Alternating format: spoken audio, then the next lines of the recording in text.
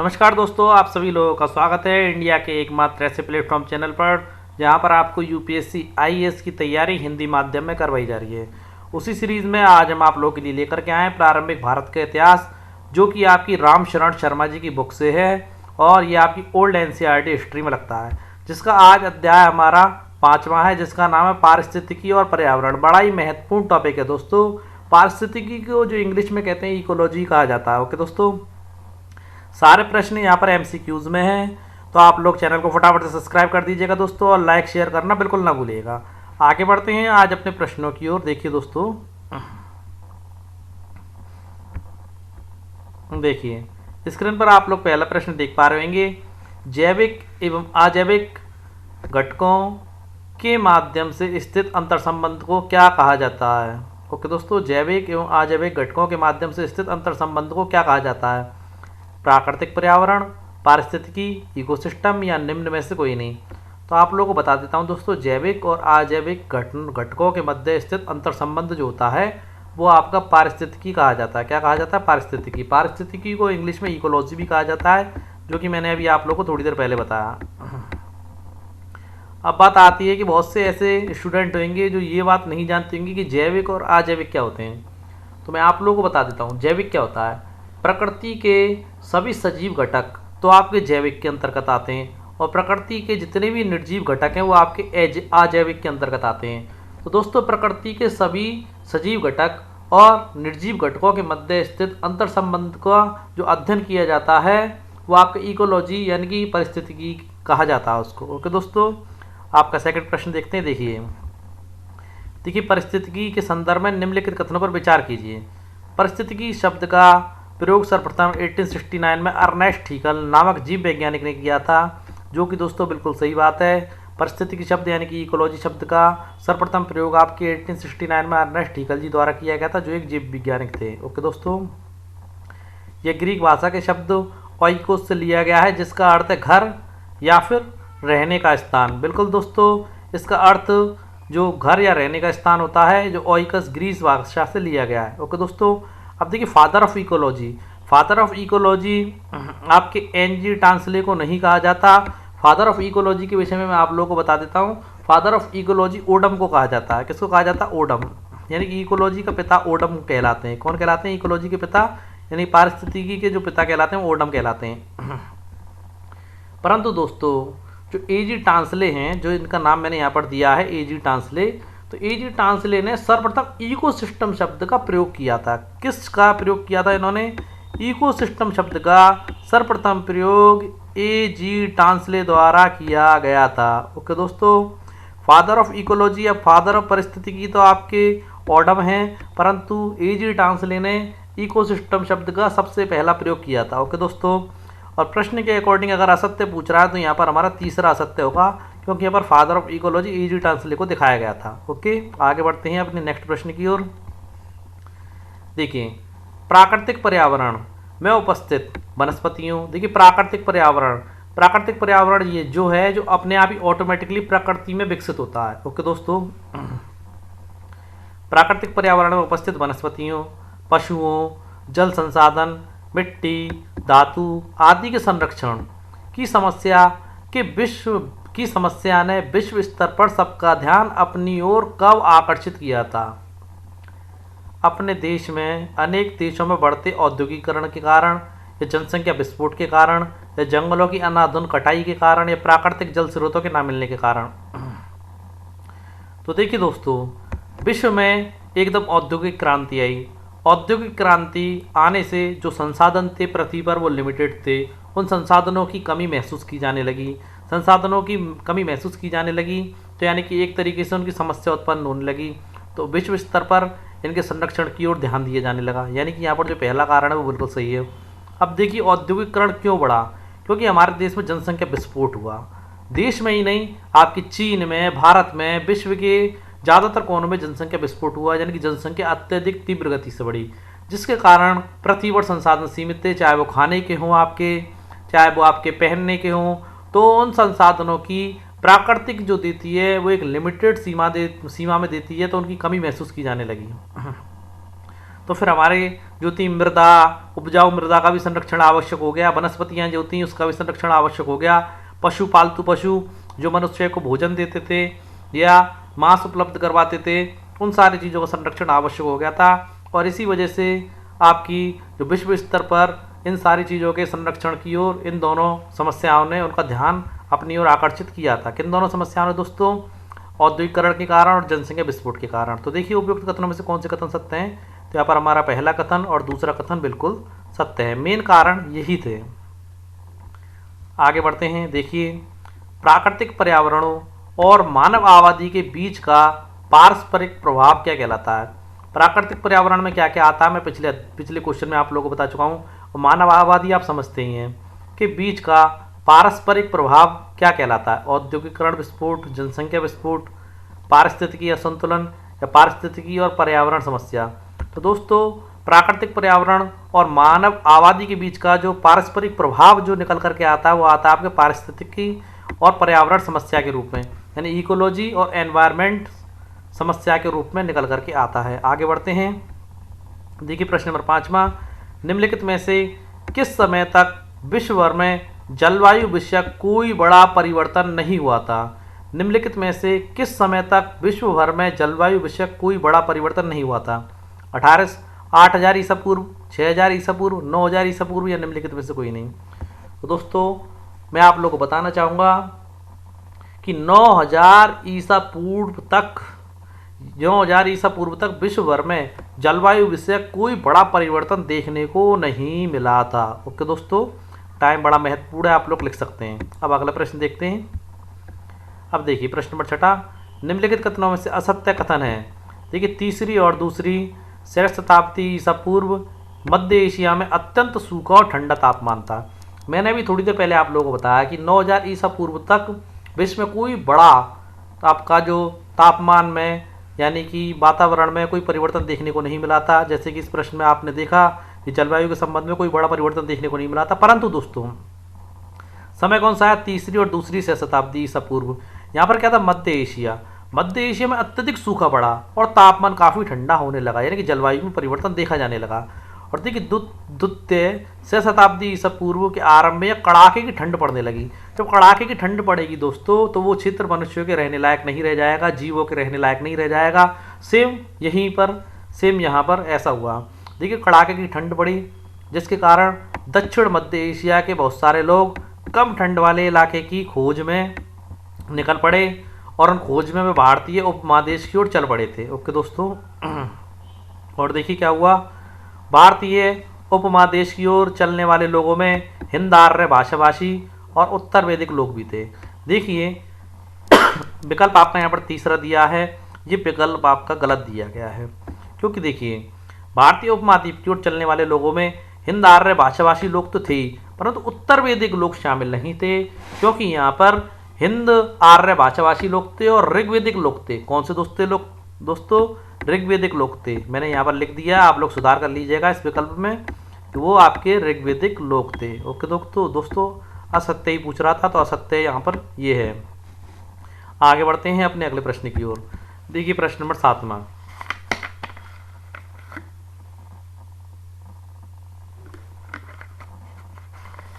देखिए निम्नलिखित में से ऐसी कौन सी मृदा है जो गंगा के मैदानों में मिलती है?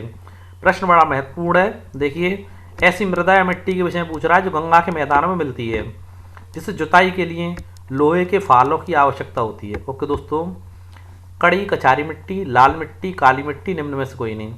तो दोस्तों इस प्रश्न का उत्तर है कड़ी कछारी मिट्टी। कड़ी कछारी मिट्टी जो गंगा के मैदानों में मिलती है, इसे जुताई के लिए लोहे के फालों की आवश्यकता पड़ती है। प्रश्न गंगा के मैदानों से संबंधित था इसलिए मैंने इसी प्रश्न का उत्तर दिया है, परंतु इसके साथ कुछ और इम्पोर्टेंट चीज़ें आप लोगों को बताना चाहूँगा कि देखिए दोस्तों गंगा के मैदानों में जंगलों की कटाई और कड़ी कचारी भूमि की जुताई के बिना बड़ी कृषक बस्तियों की स्थापना होना असंभव था। और जो आपकी जो लाल मृदा मिलती है इसकी भी जो जुताई की जाती है दोस्तों वो लोहे की फालों से की जाती है। काली मृदा मिलती है, इसकी जुताई भी आपकी लोहे की फालों से की जाती है, मगर प्रश्न ने गंगा की पूछा था इसलिए मैंने गंगा की बताया। दूसरी इंपॉर्टेंट चीज़ यहाँ पर आप लोगों को बता देता हूँ, लाल मृदा। लाल मृदा कहाँ पर मिलती है? लाल मृदा विंध्य क्षेत्र मिलती है। विंध्य पठारी क्षेत्र पर्वतीय क्षेत्र की तरफ आपकी लाल मृदा मिलती है। अब बात की जाए आपकी काली मृदा। काली मृदा के बारे में आप लोगों को बता देता हूँ। ये दक्कन और पश्चिमी भारत की साइड मिलती है। कहाँ मिलती है दोस्तों? दक्कन और पश्चिमी भारत की साइड आपकी काली मृदा मिलती है। अब देखिए काली मृदा किस काम आती है, ये बात और आप यहीं पर जान लीजिए। काली मृदा कपास की खेती के लिए काफ़ी महत्वपूर्ण होती है। कपास यानी कि रुई। ओके दोस्तों, कपास के पौधे से ही हमें रुई प्राप्त होती है। और काली कछारी मिट्टी, लाल मिट्टी और काली मिट्टी, इन सब लोगों की इन सारी मृदाओं की जुताई के लिए लोहे के फालों की आवश्यकता होती है। ओके दोस्तों, प्रश्न नंबर 8वां देखिए, गंगा के मैदानों में लोहे के उपकरणों का व्यापक प्रयोग, जैसे कि जुताई के लिए, खेती के लिए, कृषि के लिए, तो गंगा के मैदानों में लोहे के उपकरणों का व्यापक प्रयोग और मानव निर्मित बस्तियों में वृत्ति का समय कौन सा था? 9000 ईसा पूर्व और उसके बाद का, या तीसरी दूसरी शताब्दी ईसा पूर्व, या 500 ईसा पूर्व और उसके बाद का, या निम्नलिखित में से कोई नहीं। तो मैं आप लोगों को बता देता हूं दोस्तों, गंगा के मैदानों में लोहे के उपकरणों का व्यापक प्रयोग और मानव जो निर्मित बस्तियां थी उनकी वृद्धि अचानक से आपको 500 ईसा पूर्व और उसके बाद के समय में देखने को मिलती है। ओके दोस्तों, आगे बढ़ते हैं अपने अगले प्रश्न की ओर। देखिए प्रश्न नंबर हमारा 9।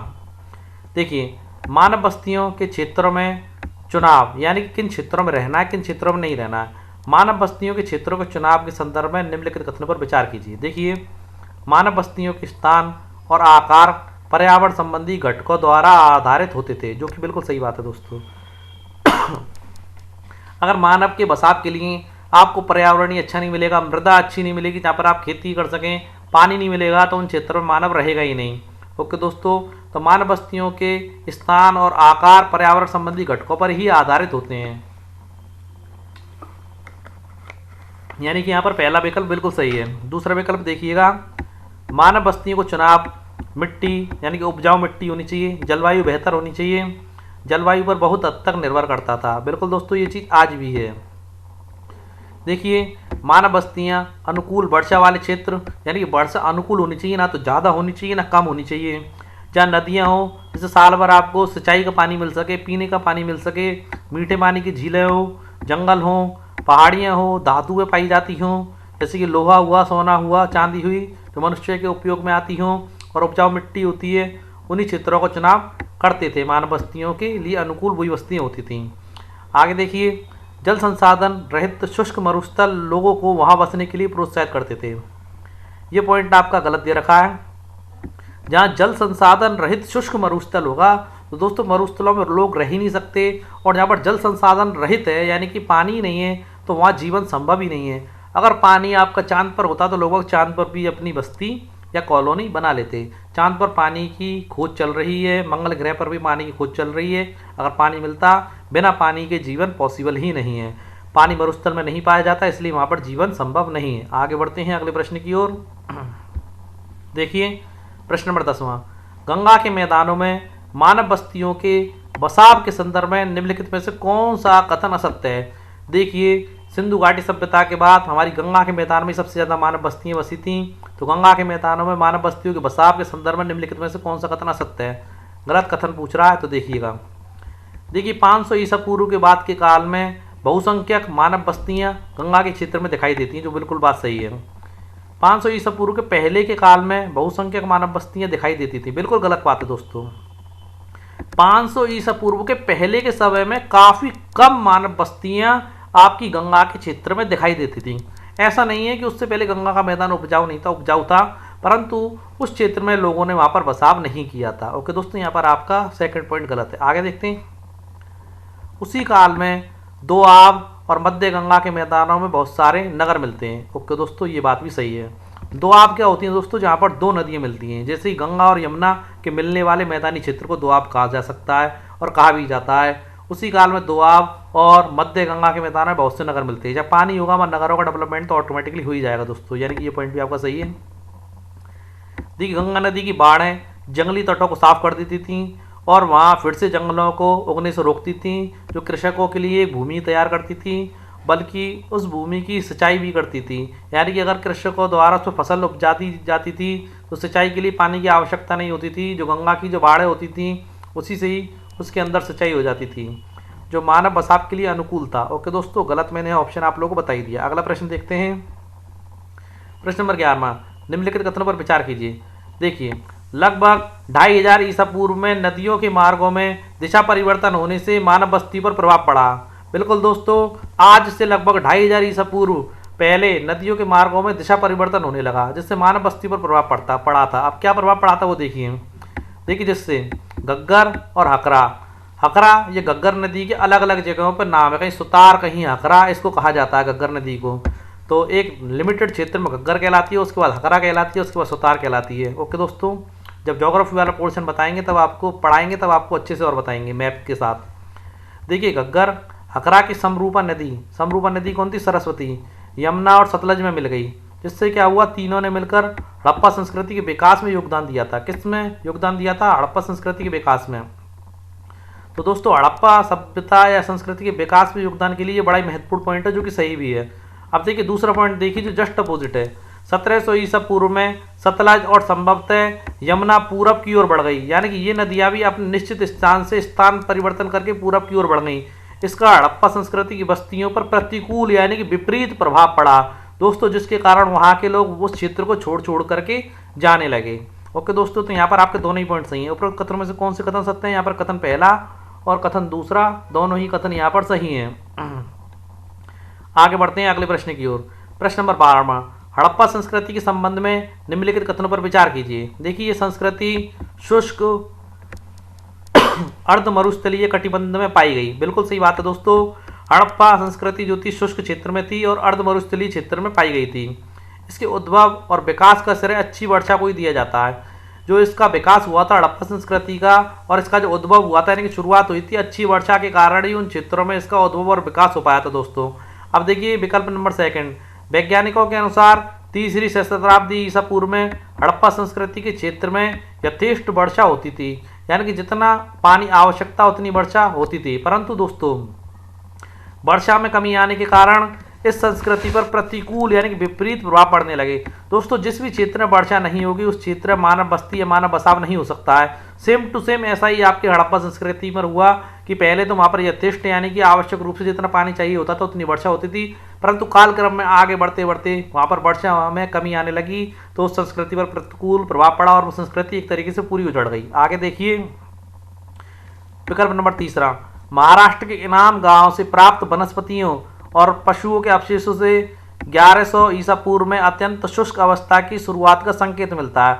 दोस्तों, ये चीज़ बिल्कुल गलत है, क्योंकि महाराष्ट्र के इनाम गांव से प्राप्त वनस्पतियों और पशुओं के अवशेष जो 11,000 ईसा पूर्व पुराने नहीं हैं, वो आपके 1000 ईसा पूर्व पुराने। कितने पुराने? 1000 ईसा पूर्व में अत्यंत शुष्क अवस्था की शुरुआत का संकेत मिलता है। ओके दोस्तों, इससे कृषकों को अपना घर छोड़कर पशुचारी खानाबदोश जीवन अपनाना पड़ा था। ओके दोस्तों, यहाँ पर अगर असत्य की बात करें तो आपका तीसरा असत्य है। क्यों असत्य है? क्योंकि समय आपका 1000 ईसा पूर्व था, ना कि 1100 ईसा पूर्व। अगला प्रश्न देखते हैं। देखिए, महात्मा बुद्ध ने कितनी बार श्रावस्ती में वर्षावास किया था? देखिए, वर्षावास क्या कहलाता है? वर्षा के मौसम में किसी स्थान पर निवास करना। वर्षावास, वर्षा यानी कि वर्षा का मौसम, वास यानी कि निवास करना। महात्मा बुद्ध ने कितनी बार श्रावस्ती में वर्षावास किया था? 20 बार किया था, 25 बार किया था, 26 बार किया था, 30 बार किया था। तो इस प्रश्न का सीधा सा उत्तर है दोस्तों, महात्मा बुद्ध ने श्रावस्ती में 26 बार वर्षावास किया था। और बड़ा ही महत्वपूर्ण प्रश्न है दोस्तों ये। देखिए दोस्तों, एक इंपॉर्टेंट चीज़ आप लोगों को और बता देता हूँ कि जो RS शर्मा जी की बुक है, यहाँ से आपके IAS प्री में question same to same language में उठा करके पूछ लिए जाते हैं। आप इस चीज़ को नेट पर भी सर्च करके देख सकते हैं और पिछले पेपरों से टैली भी कर सकते हैं। ओके दोस्तों, अब देखिए इस प्रश्न से संबंधित महत्वपूर्ण बात बताता हूँ। गौतम बुद्ध जो थे हमारे महात्मा बुद्ध, प्रतिवर्ष वर्षा काल में 4 माह के लिए उपदेश देने एवं पर्यटन करने का कार्य स्थगित कर देते और किसी स्थान पर वर्षावास करते थे, यानी किसी स्थान पर जाकर के वर्षा के समय में निवास करते थे। जैसे कि मैंने बताया कि 26 बार श्रावस्ती में गया। और देखिए, वर्षावास के लिए वो राजगृह को, वैशाली को और श्रावस्ती जैसे स्थानों पर ठहर जाते थे। और देखिए, श्रावस्ती की आप जान ही चुके हैं, श्रावस्ती में महात्मा बुद्ध ने 26 बार वर्षावास किए। ओके दोस्तों, प्रश्न नंबर 14वां, मगध में अकाल और जैनियों का मगध से दक्षिण भारत में जाकर बसना किस समय की घटना है? 100 ईसा पूर्व की, 2000 ईसा पूर्व की, 3000 ईसा पूर्व की और 400 ईसा पूर्व की। तो दोस्तों इंपॉर्टेंट क्वेश्चन है, इसका आंसर है ये जो घटना है आपकी 300 ईसा पूर्व की। कब की दोस्तों? 300 ईसा पूर्व की। और जो समय था उस समय को क्या कहलाता है, उस समय प्राक मौर्य युगीन अकाल। क्या कहा गया उस समय का, प्राक मौर्य युगीन। आप लोग लिख सकते हैं प्राक मौर्य युगीन अकाल कहा जाता है इसे, प्राक मौर्य युगीन अकाल। ओके दोस्तों, प्राक मौर्य युगीन अकाल, इसको नाम दिया गया था प्राक मौर्य युगीन, यानी कि मौर्य युग में जो अकाल पड़ा था, प्राक मौर्य युगीन अकाल। ओके दोस्तों, आप लोग लिख सकते हैं। बड़ा महत्वपूर्ण प्रश्न है जिसके संबंध में मैंने आपको पूरी जानकारी दे दी है। आज का अंतिम प्रश्न देखिए दोस्तों, ऐसे पहले व्यक्ति जिन्होंने गायों की सुरक्षा पर बल दिया। बड़ा महत्वपूर्ण क्वेश्चन दोस्तों, और आईएएस की दृष्टि से तो बड़ा ही महत्वपूर्ण हो जाता है। देखिए, ऐसे पहले व्यक्ति जिन्होंने गायों की सुरक्षा पर बल दिया था, श्री कृष्ण जी, महात्मा बुद्ध, तुलसीदास जी या सूरदास जी। तो अधिकतर स्टूडेंट इसका आंसर श्री कृष्ण जी करके आएंगे, जबकि गलत है। इतिहास में ऐसे पहले व्यक्ति जिन्होंने गायों की सुरक्षा पर बल दिया था वो हमारे महात्मा बुद्ध जी थे। ओके दोस्तों, ये मैं नहीं कह रहा हूँ, ये आपकी एनसीईआरटी की बुक कह रही है, रामशरण शर्मा जी की। देखिए दोस्तों, उसके साथ ही बड़ी महत्वपूर्ण फैक्ट की बात आप लोग को और बताने वाला हूँ। महात्मा बुद्ध, इनका एक ग्रंथ था, उसका नाम था सुत्त। क्या नाम था, सुत्त, सुत्त नियात, सुत्त नियात। क्या नाम था ग्रंथ का, सुत्त पिटक भी कह सकते हैं जिससे, सुत्त पिटक या सुत्त नियात। तो उन्होंने सुत्त पिटक नामक धार्मिक मूल ग्रंथ में गायों की सुरक्षा पर आवश्यक बल दिया था। किस पर दिया था, गायों की सुरक्षा पर आवश्यक बल दिया था। और देखिए, अब लाइन बड़ी महत्वपूर्ण बोलने वाला हूँ। देखिए, ईसा की प्रारंभिक शताब्दियों में ब्राह्मण मूल ग्रंथों ने, देखिए ईसा की प्रारंभिक शताब्दियों में ब्राह्मण मूल ग्रंथों ने बौद्ध धर्म की शिक्षा को धार्मिक रूप दे दिया। बड़ी इंपॉर्टेंट चीज़ है दोस्तों, क्योंकि भारत में गोवा वाले क्षेत्र में आपकी बीफ को मान्यता दी जाती है, यानी कि बीफ को काटा जाता है और खाया जाता है, जबकि हमारे उत्तरी भारत क्षेत्र में इसको पाप माना जाता है। देखिए, महात्मा बुद्ध जी से पहले हिंदू धर्म के किसी भी ग्रंथ में गोबली या गो हत्या को पाप नहीं माना जाता था। जब महात्मा बुद्ध ऐसे पहले व्यक्ति थे जिन्होंने सुत्त पिटक में गायों की सुरक्षा पर बल दिया, और उसी को देखते हुए ईसा की प्रारंभिक शताब्दियों में ब्राह्मण मूल ग्रंथों में बौद्ध धर्म की शिक्षा को धार्मिक रंग दे दिया। इसने गाय की हत्या करने वाले के लिए अगले जन्म में भयंकर परिणामों का उल्लेख मिलता है। किसमें मिलता है दोस्तों, ब्राह्मण मूल ग्रंथों में बौद्ध धर्म की शिक्षा को धार्मिक रंग दे दिया गया। इसमें गाय की हत्या करने वाले के लिए अगले जन्म में भयंकर परिणामों का उल्लेख मिलता है। और दोस्तों, बाद में हाथी तक की पूजा की जाने लगी थी। दोस्तों, ये सारी जानकारी मैंने अपने मन से नहीं दी है, बल्कि ये आपकी RS शर्मा जी की बुक में लिखा हुआ है। चैप्टर नंबर आप लोग देख सकते हैं, चैप्टर नंबर आपका 5 में ये चीज़ दे रखी है। ओके दोस्तों, इसलिए कंफ्यूज होने की आवश्यकता नहीं है। आज की हमारी वीडियो आप लोगों को कैसे लगी कमेंट बॉक्स में आवश्यक रूप से बताएं। और दोस्तों, कल फिर मिलते हैं अपनी एक ऐसी अच्छी वीडियो के साथ। तब तक के लिए जय हिंद दोस्तों। और दोस्तों, चैनल को सब्सक्राइब करना बिल्कुल ना भूलें, लाइक करें, शेयर करें। कल फिर मिलते हैं। Okay friends.